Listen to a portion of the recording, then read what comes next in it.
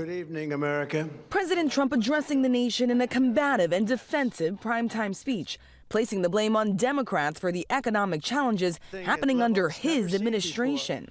I am bringing those high prices down and bringing them down very fast. But polls show that's not the reality for most Americans. While some grocery items like eggs are down, economists say Americans have paid higher prices on everything from lettuce to beef to coffee because of the president's tariffs.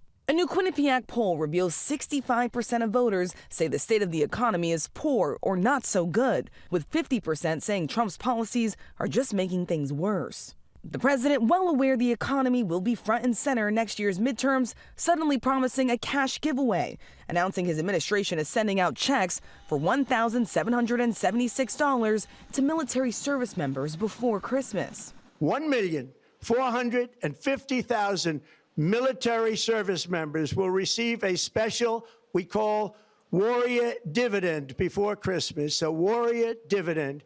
In honor of our nation's founding in 1776, we are sending every soldier $1,776. Think of that.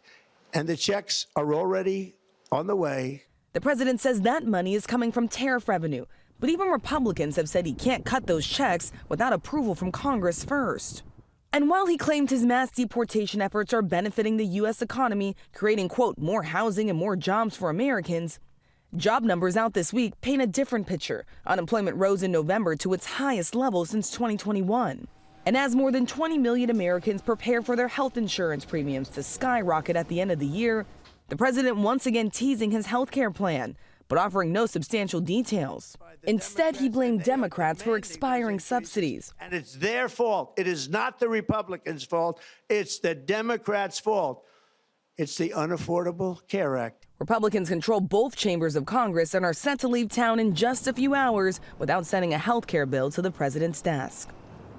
So the president told reporters in the room that his White House chief of staff, Susie Wiles, told him to deliver this speech. He promised that the economy would improve next year, that prices would come down. He also promised aggressive housing reform, but did not provide any details on what exactly he plans to do, George. And Rachel, in keeping with the partisan tone of the speech last night, the White House also revealed yesterday pretty big changes to these portraits of the president in the White House colonnade.